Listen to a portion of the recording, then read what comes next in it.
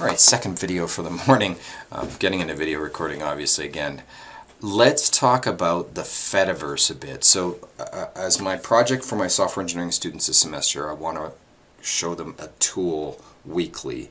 And those are tools related more to software engineering and engineering work.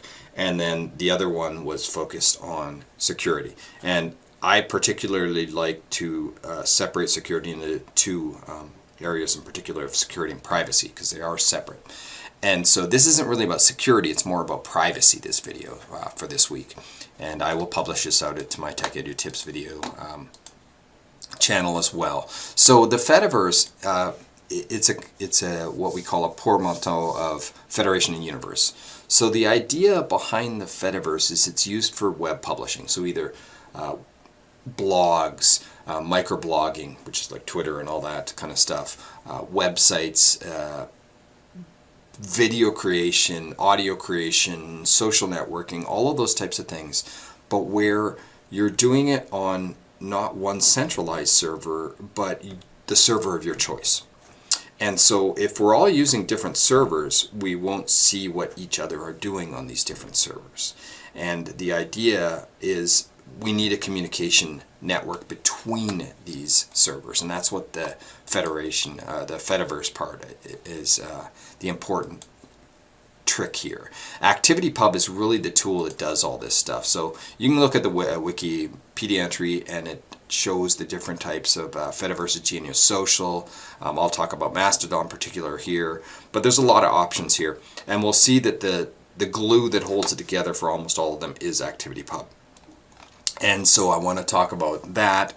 There's a page called Fediverse Party, which will give you information about all of these different Fediverses. So I'll include, as always, links down below.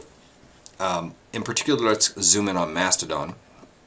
And so Mastodon is, I mean, it's kind of like Twitter, but it is a social media platform where you can send out, not tweets, you send out toots, which is funny, but it's a different type of network that was created in 2016. I can't remember when I created my account.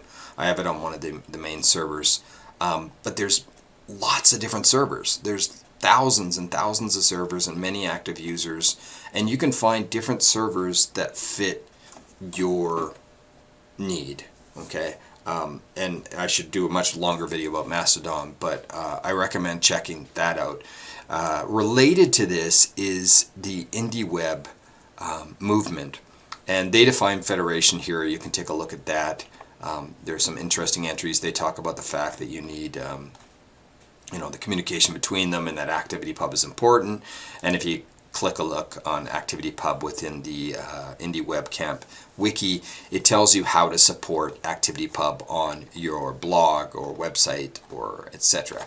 And I'm active a little bit on Indie Web Camp. We'll get to that in a moment.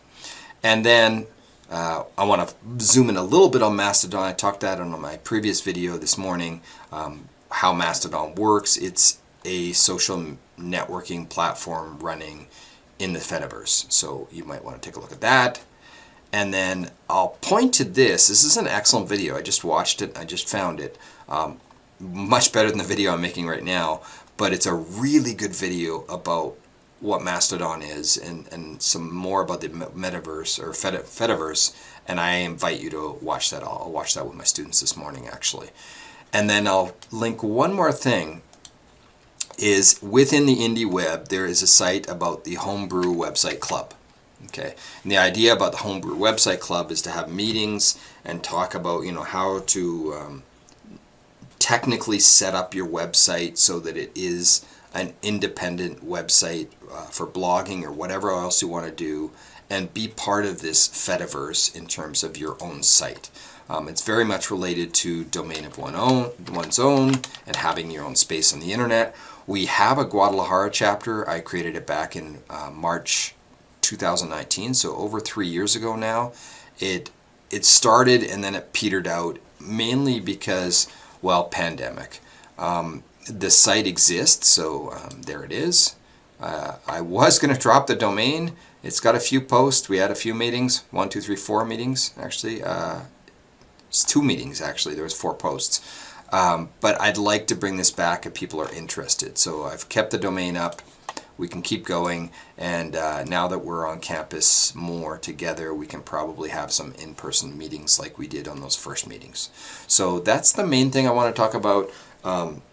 It's the privacy aspect of having your own stuff on your own site so that you can control it. You might not be able to run your own site, so you might want to join a Mastodon instance, and you can join anyone you want. And the cool thing about this is, if you decide you don't like that instance anymore, or they don't like you and they want you off that instance, then you can just pull your data, export it, and then move it to another instance or set up your own instance. So there's all sorts of power in this privacy of controlling your own data, and that's really what this message of this video is about. So if you're interested in any of these things, I know this video is about a lot of different topics, let me know down below in the comments, and I'd be happy to make a more focused video on any one of these tools. So that's all I got for today. Thank you. Hit the thumbs up and put some comments down below. That's the most important thing here.